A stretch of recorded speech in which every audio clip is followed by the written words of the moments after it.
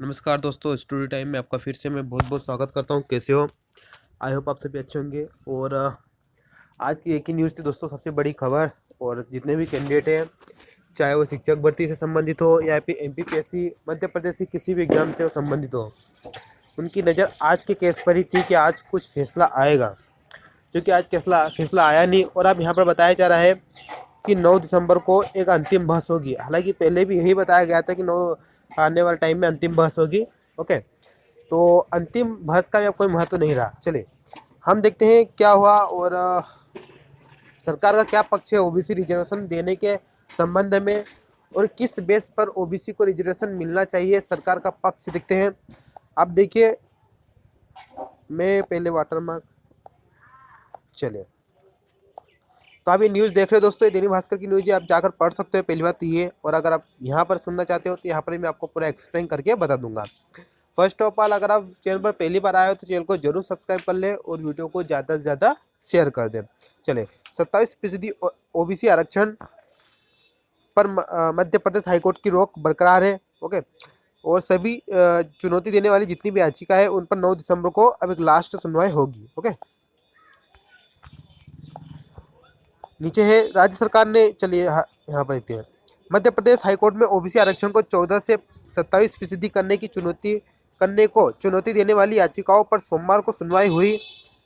Okay, high court की joint bench ने 14% से ज़्यादा ओबीसी आरक्षण पर लगाई रोक को बरकरार रखा। मतलब अभी जो रोक लगाई थी गवर्नमेंट ने, उसको बरकरार रख दिया। आगे है कि 9 दिसंबर को आरक्षण को चुनौती देने वाली सभी याचिकाओं पर अंतिम बहस की तारीख तय की गई है। 9 दिसंबर को अब अंतिम बहस होगी, ये बताया जा रहा है। ओके, सोमवार को सभी दायर याचिकाओं पर सुनवाई केस के दौरान मध्य प्रदेश सरकार की ओर से ओबीसी आबादी की जानकारी पेश की गई है। मतलब दोस्तों, जो ओबीसी की आबादी है वो उसकी जानकारी पेश कर दी गई है। बताया गया है कि राज्य सरकार मध्य प्रदेश में आबादी के लिहाज से ओबीसी वर्ग को आरक्षण देना चाहती है। प्रदेश में ओबीसी वर्ग की आबादी 50% से अधिक है। इस लिहाज से उन्हें बढ़े हुए आरक्षण का फायदा मिलना चाहिए। और हवाला केस का दिया गया है मराठा आरक्षण का। तो याचिकाकर्ता की ओर से अधिवक्ता आदित्य संघ ने इस मामले में पक्ष रखा। आपत्ति दर्ज कराते हुए कहा कि हाल ही में मराठा आरक्षण को लेकर सुप्रीम कोर्ट के 3 जजों की बेंच द्वारा निर्णय दिया गया है। इस निर्णय में बताया गया है कि आबादी के परिचालन में भी 50% से अधिक आरक्षण नहीं दिया जा सकता है। वर्ष 1993 में इंदिरा साहनी मामले में सुप्रीम कोर्ट का न्याय दृष्टांत है कि आबादी के लिहाज से आरक्षण का प्रावधान नहीं है। ये ठीक है, आपत्ति दर्ज करवाई गई है। आगे हम देख लेते हैं। 9 दिसंबर को सभी याचिकाओं पर एक अंतिम बहस होगी एंड फाइनल। अब देखिए क्या होता है, फाइनल होता है कि नहीं। ओके, बहस शुरू होगी 9 दिसंबर से। देखिए, अंतिम बहस का मतलब ये नहीं कि 9 दिसंबर को ही फैसला आ जाएगा।